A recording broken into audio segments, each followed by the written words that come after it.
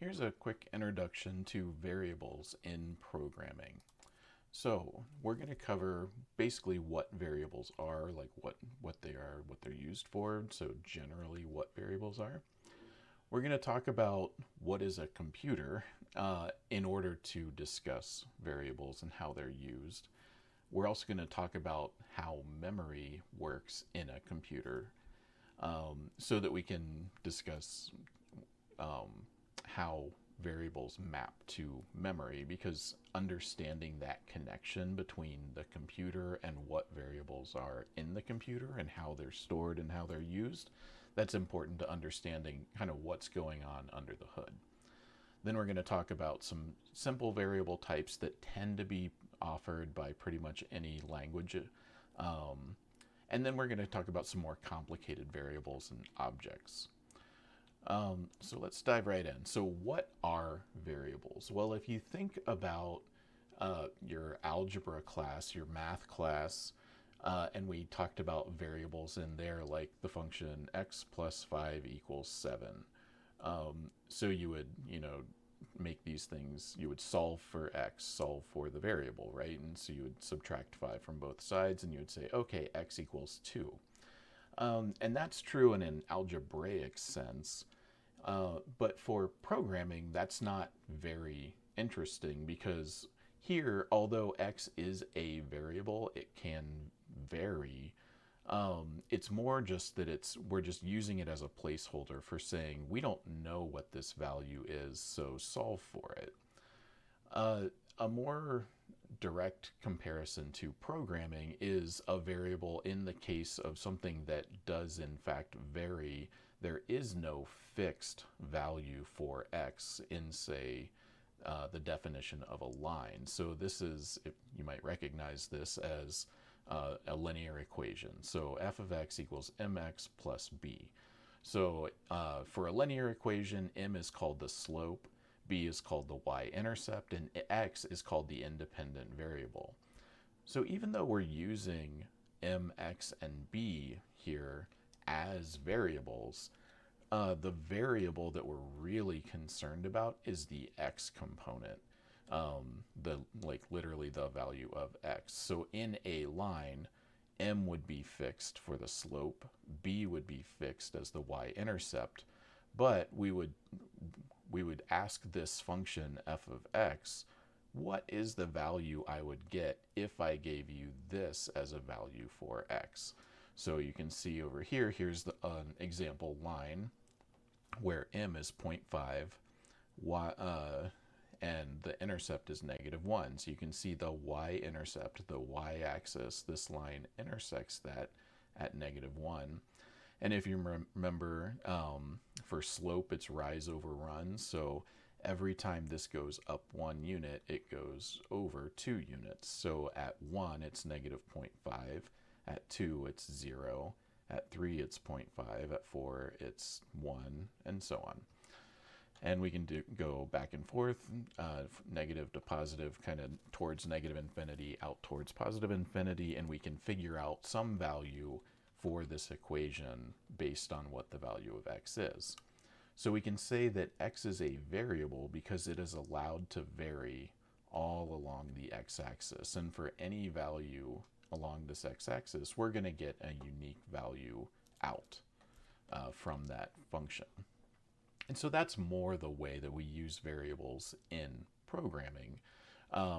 We can have constants as well, and then variables are allowed to vary. Typically, we will call both constants and variables, but just some word that represents a value, a variable. But understand that they can be, you can tell your program, this is going to be a constant, its value is not going to change. So what kinds of things can we use for variables when we're programming? Well, we can have numbers like we just saw for x. We can also have characters as variables. We can use variables for Boolean logic, so things like is this thing true, is this thing false, and then stringing together combinations of different things to figure out some ultimate either true or false evaluation. We can use variables to represent strings, which is just really multiple characters. We'll talk about arrays and data structures as well. So just to preview that, arrays are contiguous blocks of characters or other variables. So integers, numbers, characters, whatever. Strings are just a special case of arrays, typically. And then data structures are just sort of user-defined blocks of multiple sets of some of these, and they can be, blocks of other structures as well. So now let's talk about really what a computer is. And I think it's important to understand sort of at a basic level what a computer is in order to understand how variables and programming really fit into that. So throughout this video series, we're going to come back to, well, what is a computer, and sort of understand what the hardware kind of looks like, not like in depth, but just sort of understanding what it is, and then sort of map these concepts as we talk through them into that. So a basic computer has two things, and obviously computers are going to have a lot more than this, but at the end of the day, a computer it needs to have two things. It needs to have a processor, and it needs to have memory. So what does the processor do? Well, it's able to do operations. So it's able to do math, it's able to load in instructions, it's able to write stuff out. At the end of the day, it's going to have to be able to do like math. So take in two numbers and add them or subtract them or multiply or divide them. Other things like that. Solve Boolean equations, anything that might be in that operation set. The processor is also going to have a pointer to a current operation. So the nice thing about computers with processors is we as programmers, we get to tell the computer what to do by writing code. And at the end of the day, that code gets fed into the computer sort of line by line, and the processor will go to each line and then in sequence execute the instructions line by line by line. Now we're going to talk later about changing it so that it can jump around, so it doesn't strictly go line by line, top to bottom. It might go from line 1000 and jump way down to line 3000, execute some stuff, and then go back to line 1001. But at the end of the day, the processor has to know which instruction it's executing right now and which instruction to execute next. Also, for whatever operation it's doing, like let's say it's adding, the processor needs to have places to store current values to be used in that operation. So if you have an instruction that says add 1 and 1, the processor needs some place to store those two values to be added together, and it also needs a place to store the output of that. So typically we will call those registers. So a processor itself will have memory in it, and that memory is called registers. And so what the processor will do, if it's 1 plus 1, if that's our instruction, it'll load the first value into a first register and the second value into a second register, then perform that addition operation and output that into either one of those two registers or a third register. And then, of course, the processor also needs to be able to read from and write to memory. So in order to determine what the operation is, it needs to be able to actually get the values for it. It needs to be able to get the operation, execute it, and then store the value back into memory when it's needed.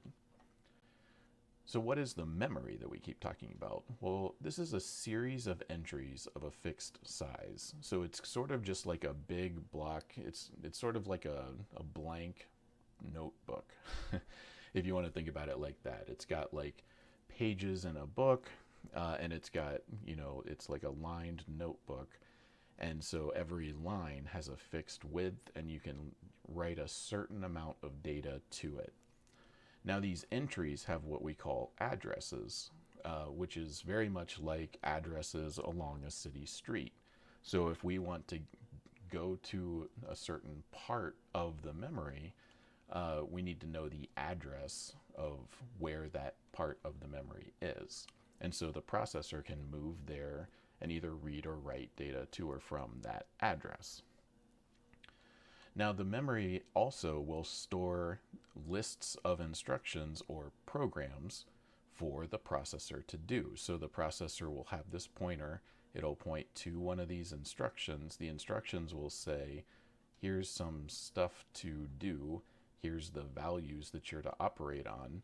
So the processor will read that, do the stuff, and then store it. And then if we've declared variables, the memory is also going to store values for those variables. And what a basic program is going to do, it'll say, okay, I want you to use these variables, and here's where they are in memory. Or it sort of happens dynamically where the program itself will tell the processor, hey, I want you to use these 3 variables and find a place in memory to store them and write down those addresses of those variables. Then every time I say, hey, I want you to use X, read it from that place that's stored in memory and then write it back out to wherever I tell you to write it. So that's a high level overview of what a computer is and what it has. And so here's how that looks. So we've got a processor and we've got some memory. Now, the memory, at least in a good operating system now, is going to be broken up into 3 different parts. There's going to be the system, or the operating system. There's going to be application instructions for applications to be executed by the processor. And then there's going to be this place where those applications can read data from and write data to. And this is important for security. If you think about, you don't want just any basic program to be able to, say, read and write system data. That would be a major security flaw if you could just literally have any basic program write into your operating system code. You could do things like privilege escalation, completely break the program, or completely break the operating system. So you might do something unintentional and break something. You might do something intentional and even, corrupt the system and do privilege escalation or have it do really malicious things or really bad things. So we want the OS to protect itself and not allow applications to mess with the operating system itself. So it's going to reserve a certain amount of memory and say, you're not able to access this memory. Then the application space itself, where the instructions for applications are stored, we also normally don't want applications to even be able to mess with that. So that might be a set of memory where things are readable, but it's not writable. So the processor can access this for the sake of reading instructions of what to do, but during application execution, we probably don't want to be able to write into that space. Then we're going to have a set of memory that we tell the application, hey, if you do want to mess with memory in order to use some variables, here's this space that's sort of like your whiteboard where you're able to do all that without corrupting the applications or the operating system. So a program will request from the operating system, hey, I need some space here in this application space. Where's free? And so the OS will say, oh, you can go to address 1120. And then it'll say, okay, great, that's reserved. I'm going to reserve that for me now. Don't let anybody else use it. And the operating system sort of blocks it off. That's kind of the gist of how this works. So the processor gets from this application instruction set an instruction to be performed, and then it'll read and write variables for that instruction from application space. So it's going to allocate space in the application space for its own variables, store values that it needs there, then get instructions that say, okay, go to this variable here and this variable here, pull those in, do an operation, then write it back out to somewhere here. So let's look at actual memory now. And the specific values in the memory. So memory is made up of a series of bits. So bits are just individual entries. It's the lowest level we can get to. So in a computer, bits are either a 0 or a 1, and that's it. Those are the only two values they can take. Then there's a byte, which is made up of 8 bits. So it's just a series of 8 bits, and so the memory will typically have a width that is divisible by 8. So more modernly, it can be 4 bytes or 8 bytes. Traditionally, a word of memory was 2 bytes. So it's much more common to have wider words in memory now, but basically you can think of it as if the memory is broken up into individual lines of bits, there will either be 16, 32, or 64 bits on each line, and each line or each byte will have an address. So let's look at that now. So memory can be byte addressed, where you can grab individual bytes. So for a 2-word memory, where it's 2 words, byte 1 and byte 2, because a word would be 2 bytes, you would have an address, and then each byte would have its own address. So this line of bits would have the address of 1000, but then you could either access this byte 1 using 1000 or byte 2 using 1001. And then the next line would be 1002, and then the second byte of that line would be 1003, and so on. So if the computer had an instruction that said, I want you to read the byte at address 1002, the computer would come in here and grab these 8 bits.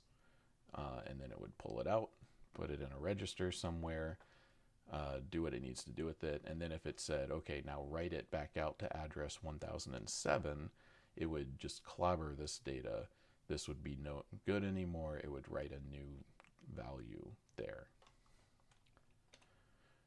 Memory can also be word addressed. So you can just say, well, when you retrieve data from address 1000, it gets all 16 of these bits. So that's another possibility. When you're programming, you don't really need to worry typically too much about whether your memory is byte or word addressed.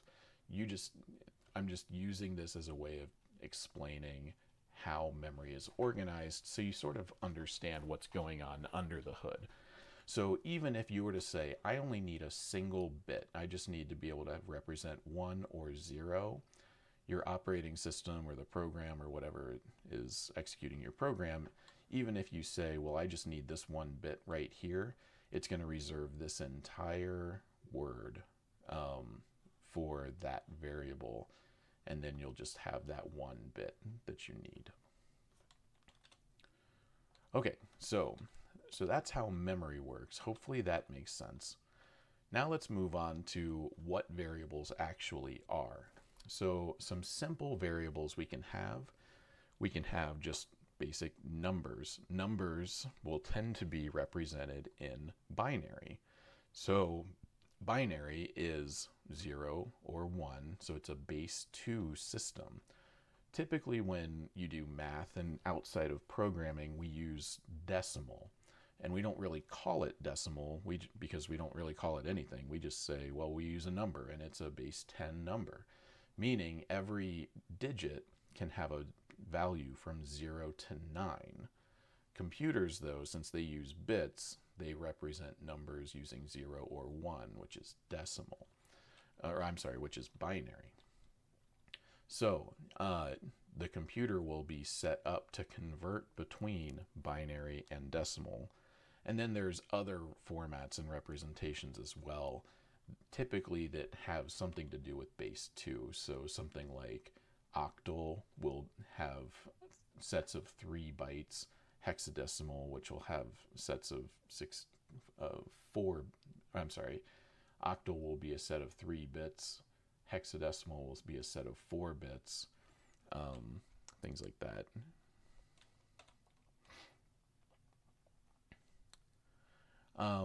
So aside from numbers, we can also represent characters.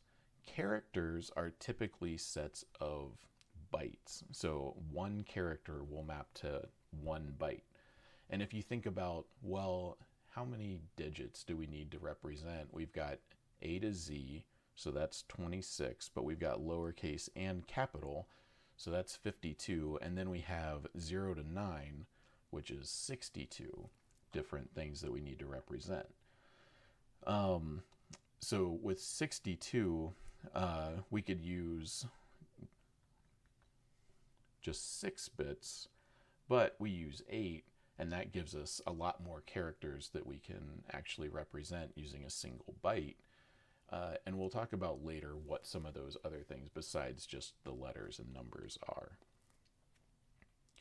So, variables, simple variables of a programming language will typically have a fixed size. So something like 1 byte for characters.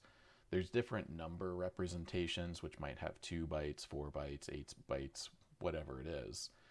But the key concept here is that when you have a simple variable, you're going to have a fixed byte size, which means when you go to allocate memory for a variable, it's going to be allocated in a contiguous block of memory.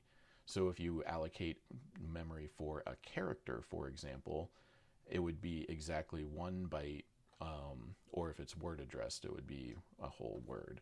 So you might say, well, I'm going to I want 1 byte, and it'll allocate right here. And then I'll say, well, I want another byte or another character, and it'll allocate here. And it'll just keep going as long as it's not allocated. If you just keep allocating memory for bytes, it'll just go straight in order. And the same thing with, say, numbers. So if you had a 2 byte number, in either one, it's going to allocate these 2 contiguous bytes. And if it were 4 bytes, then it would allocate 4 contiguous bytes. So contiguous, I mean right next to each other.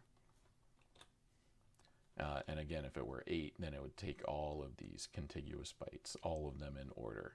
If there was something in the way that was allocated right here at the time, you would find a different place in memory to allocate those 8 bytes. Now, the last thing on here is that variables have a scope or a period of validity. So if we have a program and it says, hey, I need memory while I'm executing, it also has to sort of give the memory back at some point and say, I don't need this memory anymore. You're free to just, use it for somebody else. So most languages, even if it's not what we call garbage collected, it'll still automatically give up memory at a certain point. And that tends to be in a block of code. And we'll talk about that in a little bit more. But basically, once a variable goes out of scope, then you won't be able to use it anymore. You can't refer to it. You can't change it. And that's as a way of automatically saying, hey, I don't need this anymore, so that it's not quite as cumbersome to do memory management. So let's talk about some numbers as variables. Typically, programming languages will use a few different types of numbers. One of the most common is the integer. And if you remember from math class, integers have no fractional component. They can be either positive or negative or 0. But they don't have a fractional component. So, 1, 4, 7, 23, 866, these are all integers, negative 38. We can declare integers as being signed or unsigned, depending on language, like what programming language you're using. That may be possible. It may have a difference or it may not. Typically, if it's going to be signed, the way it's actually represented in the computer is you'll have 1 bit, this far left bit. This will be what's called the sign bit.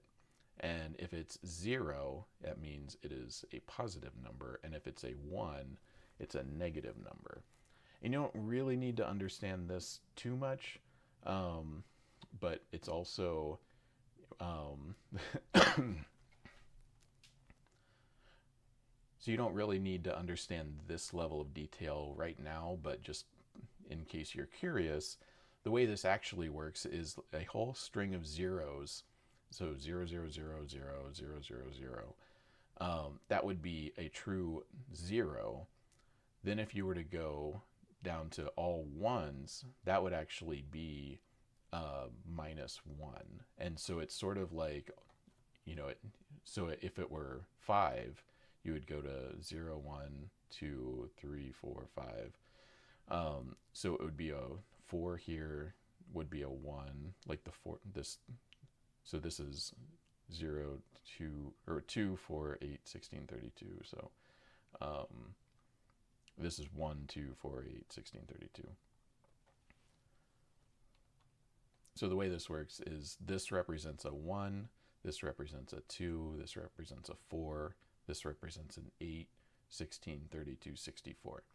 So 1, 2, 4, 4 plus 1 would be 5. So 1, 0, 1 would be 5. If you wanted to do -1, it would be all ones and then 0, 1, 1. I think. It's been a while since you've basically flipped the bits and add 1. So if it's 1, 0, 1, then it would be 0, 1, 0 plus 1. Oh yeah, so it would be 0, 1, 1. 1, 1, 1, 1, 0, 1, 1 would be 5. Okay, so that's more detail than you really need to know. Other types of numbers, floating point numbers. This would be, it has an integer component and a fractional component. So computers are set up to do fractional mathematics in decimal, which gets kind of complicated. We don't really need to know exactly how that works. Just understand that a float is going to be more complicated. It's also going to be kind of subject to rounding errors. So you just have to be aware that that might happen.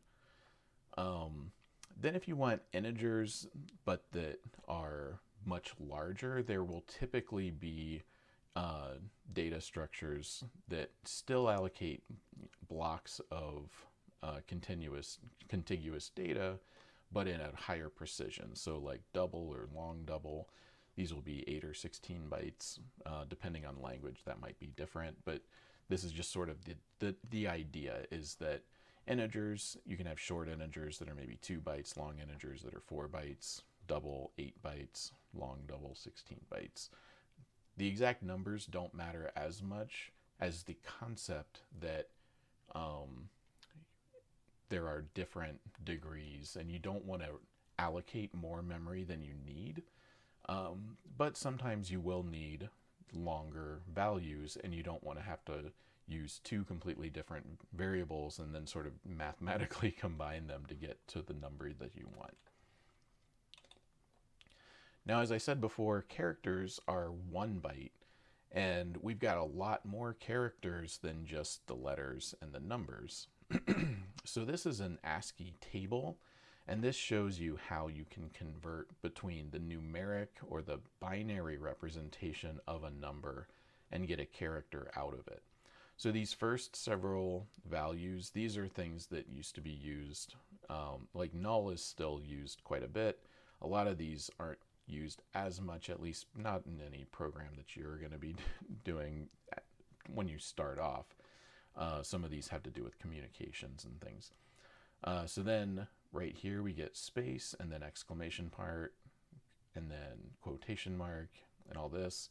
So then the numbers, like the alphanumeric representation, actually starts here. So 0, 1, 1, 0, 0, 0, 0, 0. For 3, then 4, then 5, then 6, then 7, then 8, and so on. So then here are the letters, and then here uppercase letters, and then here are the lowercase letters. And so you can see when it's time to print a character, you actually have to, like, the computer is set up to take a binary number and convert it to that character using an ASCII table like this. So whatever your actual character value is, it's really just an index into a table like this one.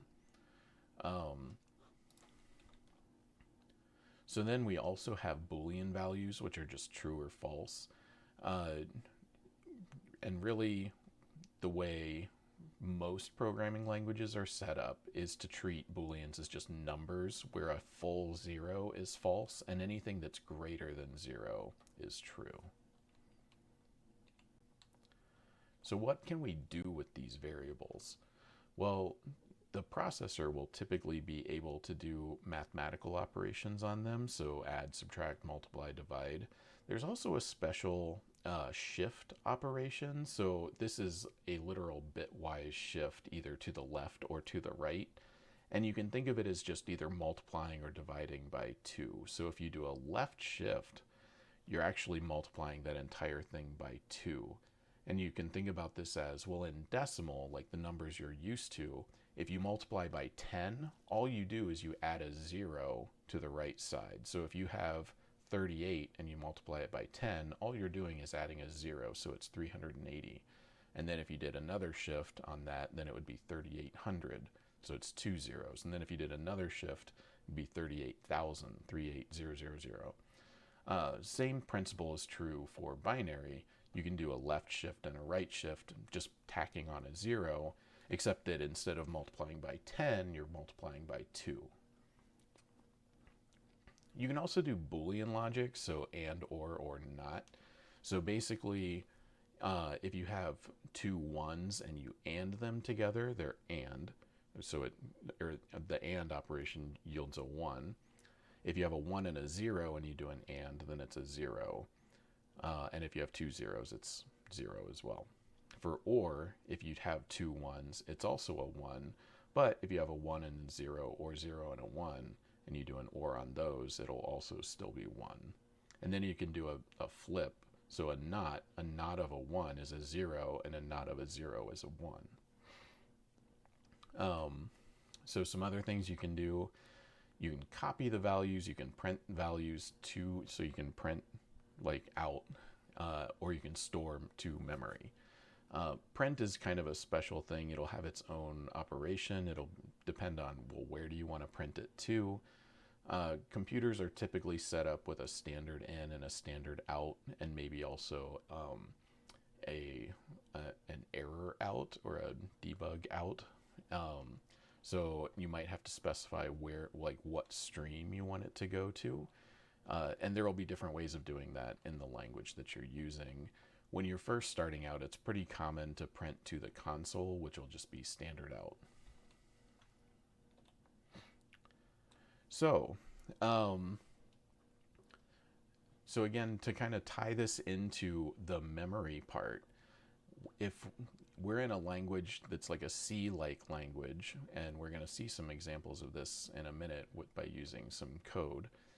But as I was saying earlier, if you have an instruction to declare a variable, that will literally allocate space in your memory somewhere for that variable. So we don't know exactly where that's going to be put. It's going to depend on the state of your system when that instruction is executed. But what that will do is there will be some table, and this table will be invisible to you as the programmer or the user, but it'll be there in the program, and the program will use this table to figure out, well, what is the value, or what is the variable you're trying to use? So here it's x, and then where is that address in memory? And then that address in memory will store the actual value of x. So here we've got this table that says, okay, wherever x lives in the memory, make it a 0. So make that memory entry 0. Then we say, well, now I want x to equal 5. Now, the next thing is we're going to declare an integer value, or an integer value y, and that's a new variable, so we get a new entry in the table. Now, if you were really looking at this sort of this part, the whole y aspect of this, that wouldn't exist until this instruction. So we can just say, well, I don't know what the value of y is right now, but it's just like nil. It doesn't really matter. It hasn't been declared or allocated yet. But then once we declare y, once we say int y equals x, what this is doing is it's saying, I want you to make yet another variable, another entry, and set its value equal to the value of x. Now, it's important to note that when we do this, we're not renaming x. We're just declaring a whole separate value or a whole separate variable so it gets its own memory space. So the memory space that y points to is different than the space that x points to. It just so happens we've given them the same value. But this does not mean if you change y, the value of x also changes. So if we were to say y equals y plus 5, currently y equals 5, so 5 plus 5 is 10, then we write 10 into y. So then the state would be the address to which y is mapped will store the value 10, but the address to which x is mapped will continue to store 5. So when you get into things like pointers, that's going to change, and it gets very confusing and complicated. But for just basic values, you just need to understand that when I allocate space in memory, if I change the value of that variable, it changes its own data. And if I set another value equal to it, all I'm doing is saying, give me another space in memory and set the values equal. Don't have this point to this and change it. So looking at some math that we can do on integers, for example. So an unsigned short integer is going to be 2 bytes, which means it can store values from 0 up to 2 to the 16th minus 1, which is 0 to 65,535. So then what happens if you add 1 to that? Well, let's actually take a look at that. So here we have an example of C code, and this is just a very basic hello world. So if we run this, you can see it compiles and it does all this stuff, and then it prints out hello world to the console. So now let's take a look at what if we add 1 to an unsigned short int of value 65,535. So in C, the way we do this, in order to print this as a number, we have to use this special format that just says, hey, print this as an unsigned short int, and I want to print the value of number. Then we're going to say, also tell me what happens if I add 1 to it. So we print that same thing, except it's num plus 1. So this is taking the value stored at num and adding 1 to it. So now let's print this and see what happens. So we can see we get our hello world. Num is 65,535, and then num plus 1 is equal to 0. And this is because as an unsigned short int, if we print that value, we're taking, this is all ones written to that, and so then we add 1 to it. So if you think about 999, 99, 99, if you add 1 to it, that's just going to end up with all zeros and then a 1 way, way, way out to the left. But we don't have any more room to store that 1 anymore, so it wraps all the way back around to 0. And so we could do something similar if we were to say, well, what if we were to set num equals 0 from here, and then num minus 1, so basically 0 minus 1 equals num minus 1. So now let's see what happens with that. So if we take 0 minus 1, we get back our 65,535. Because again, if you think about taking 1 trillion and subtract 1 from it, it'll be like 999 billion all the way down 99, 99, 99, 99. Same idea, and since this is unsigned, it's going to be a positive value. So now let's comment this back out, and we'll do some other stuff later with that. Okay, so that's what happens if you add 1 to that value. So then you can also do other mathematical operations. We don't really need to go through all that. Now again, a character is a byte, which is 8 bits. So what happens if you add 1 to, say, E? Well, if we look in our table and we find E, then it's the last 4 bits of the E representation is 0, 1, 0, 1. If we add 1 to that, it'll go add 1 here, so that becomes a 0, carry the 1, and that becomes the 1. So it's 0, 1, 1, 0. And so that, hypothetically, should be an F. So let's try that out. So here we've got char C equals E, char C plus 1 equals C plus 1. So we're grabbing the value of C, which is the letter E. So that's what these two single quotes mean, is give me the binary value of E. So now we're going to get that value and add 1 to it. Then we're going to print it out and see what happens. So our prediction is, according to our ASCII table, that should be F. So let's see. And so we print out hello world, E plus 1 equals F, just as expected. So then, what about digits? So let's comment this again.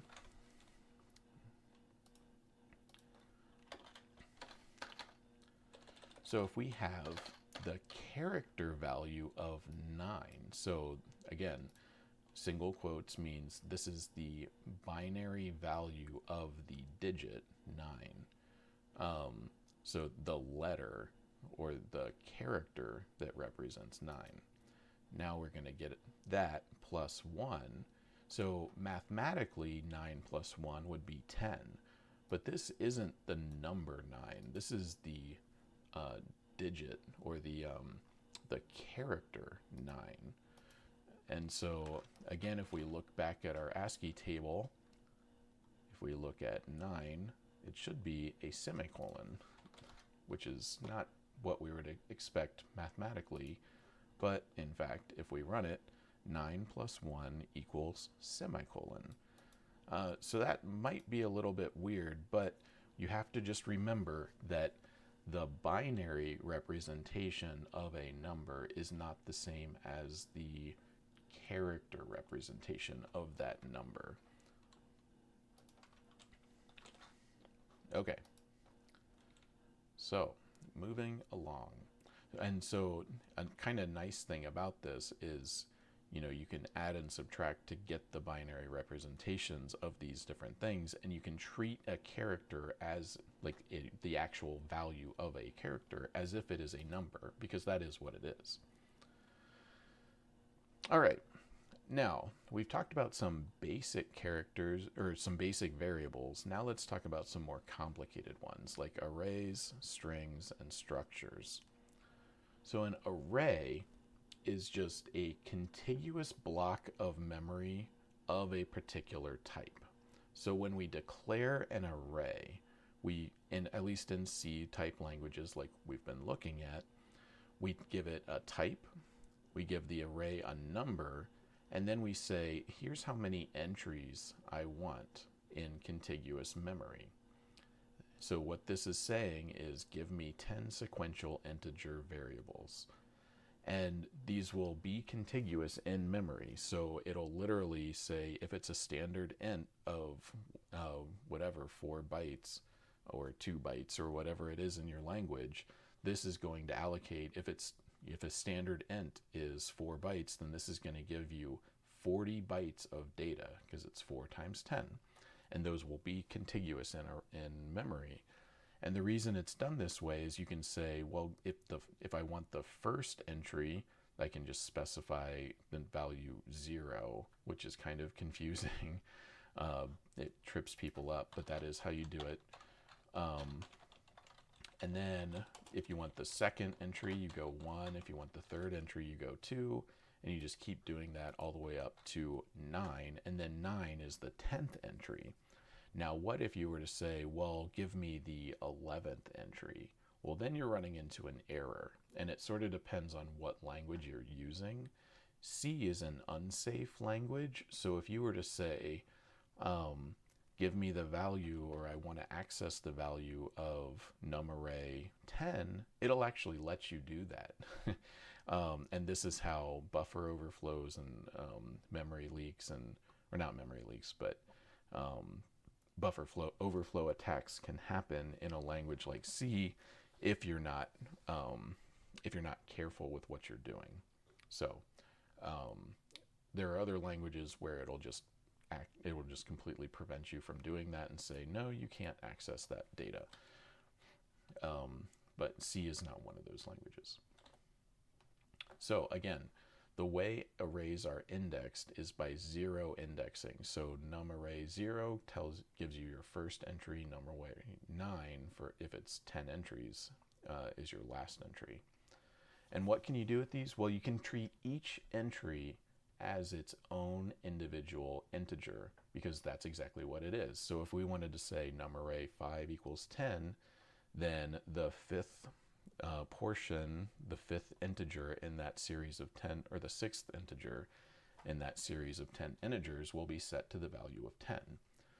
You can also set, each of these is its own integer. So just like we said x or y equals x, we can set values within the array equal to other values of the array. So this would copy the first integer value into the last integer value, and you would have 2 copies of that value.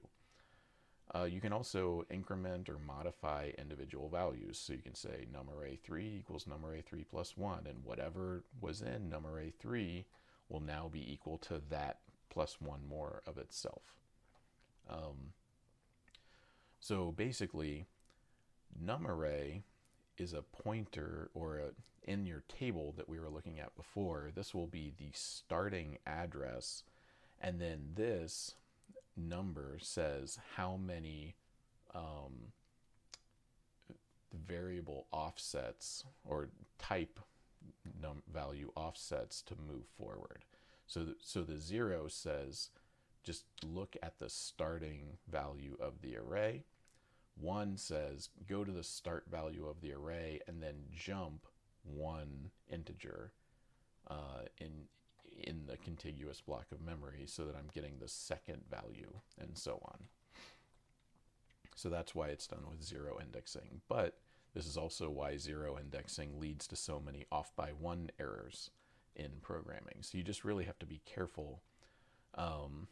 And if you were to do it a different way, where you did like 1 to 10, that might seem more intuitive, but it leads to its own problems. So it's just not done that way. Because it's a block of contiguous memory, in many languages, arrays are just considered static, meaning you can't increase or decrease the number of entries in the array just as a matter of course. Because if you allocate 10 contiguous integers in memory, and you're using those, and then some other program comes along and says, well, give me an integer, well, then the very next block of data might be allocated, so you can't overwrite that, because that doesn't belong to you. It doesn't belong to your program. So you won't be able to just increase the array, because you might clobber some other program's data that's being used.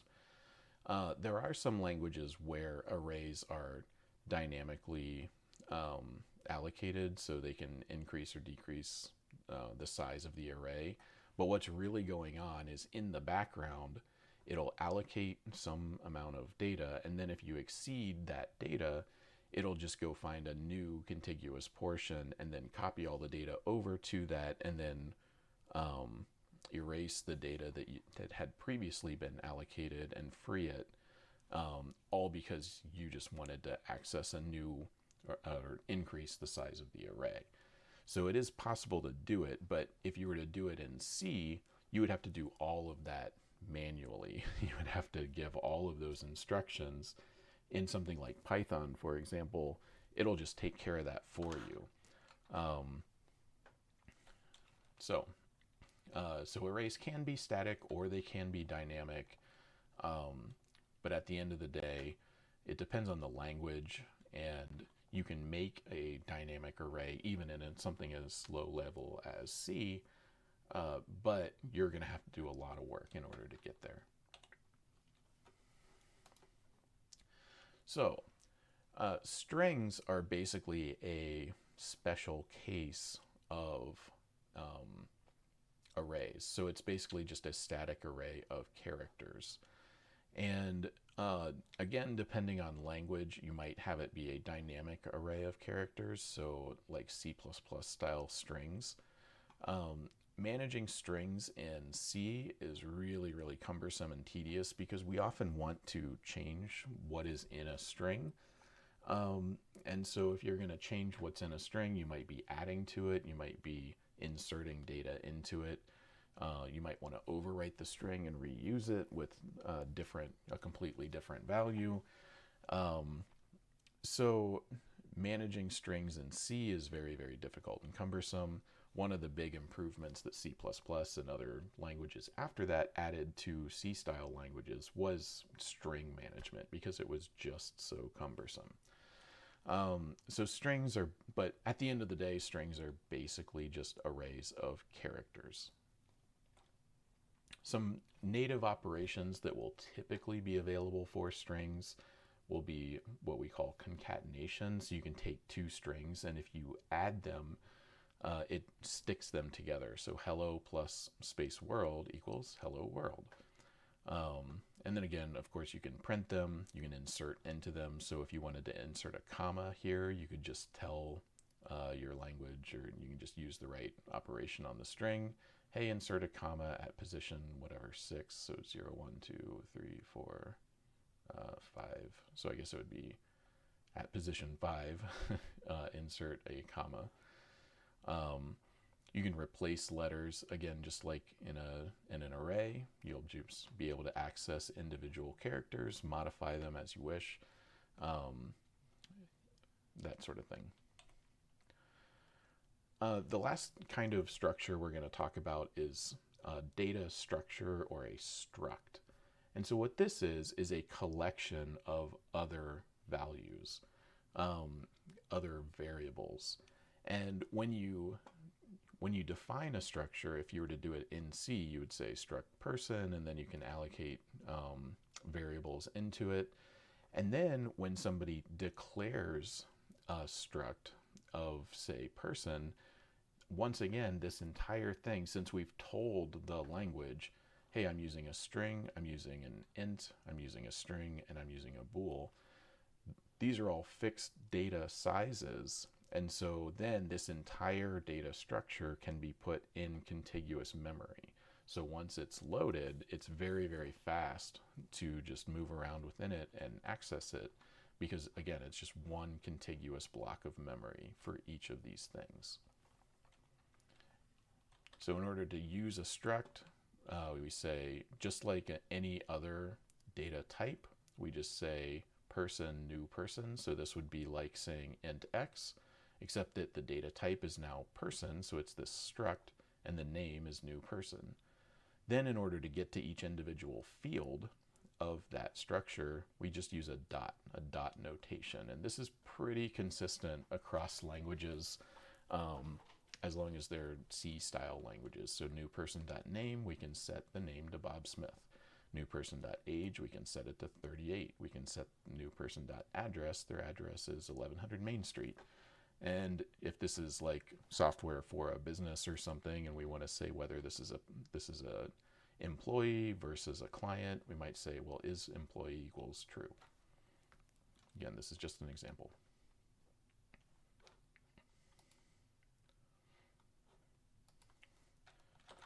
So to show some of this as an example, if we have hello world as our hello string and it's 13, we can print each individual character by just stepping through this. So this is a C style for loop. Basically what this is, it's going to declare an integer variable, I. Then while I is less than 13, we're going to print each individual character of this string or this array. And then once this is done, control flow comes back up to here. After this semicolon, it's going to increment I, check whether I is still less than 13, and if it is, it'll do this again. Then it'll come back here, increment I, check whether I is still less than 13, and if so, execute this again. Then we're going to just do some management and print. This is called the new line character. So this just tells the program, okay, spit out a new line character so that the next thing that's printed is ready to go on the new line. And so if we run this, we'll go hello world. That's our printf hello world up here. And then here, hello world, it prints it a second time.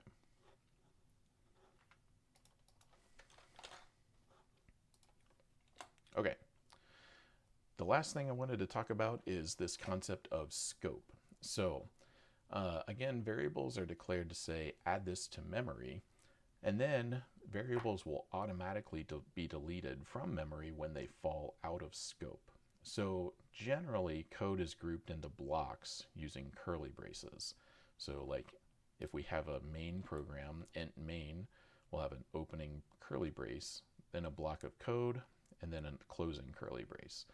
Anything that we do in here, anything that we allocate in here, if it's a basic variable of a basic data type, it's automatically going to fall out of scope and just clean itself up at the end. Now, if we have something complicated, then we'll have to do memory management on our own.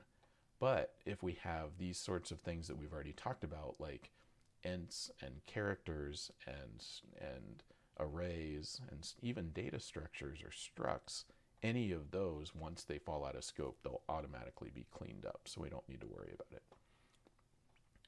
But sometimes we can go from one block indent to an even further block indent. So if we have int x equals 5 and x equals x plus 1, so now it's 6, then we can say while x is greater than 0, int y equals 5. So now we've declared a new variable within this block. Then if we print x plus y and then decrement x until x is equal to 0, basically, what this will do is it'll print out this value, and then once this is over, once the while loop is no longer true, once x is no longer greater than 0, then y falls out of scope, so it's deallocated, so we don't have access to y anymore. And technically what happens is every single time this loop increments, it declares a new y, it prints x plus y, we decrement x, and then at the bottom here, y goes out of scope, so it gets deleted, then we start the loop over and we declare a new y. So it's only ever having one version of y, and that might be jumping around in memory, but we only ever have one copy at a time. Then once the whole thing is over, y's out of scope. So if we tried to print y, that will break. The program will say, I don't know what you're talking about with this y thing. The only variable you have access to is x. But note, within this block of code, since this is nested in this higher block of code, we can still access x. That's fine. It hasn't fallen out of scope. The scope for x is this block all the way down to here, because this is the corresponding brace. So that's the concept of scope. So variables within a set of curly braces fall out of scope after the last closing brace of the code block in which it was declared. It can be nested within, or it can be accessed within nested curly braces, but it can't be accessed outside of that block. Although you could expressly delete it if you wanted to, typically. So to finalize and wrap up, variables. You have to declare them in program code, and that just means, hey, I want a variable, give it to me, give me some block of memory. So then your program, when you say that, it'll allocate space in your program space, which is somewhere in your memory, but it's going to be separate from things like application code in your operating system. And then once it's declared, you can do what you want with that memory. You can modify the values, you can retrieve them, you can use them, you can store to them, whatever you want to do. It's your memory until it's gone.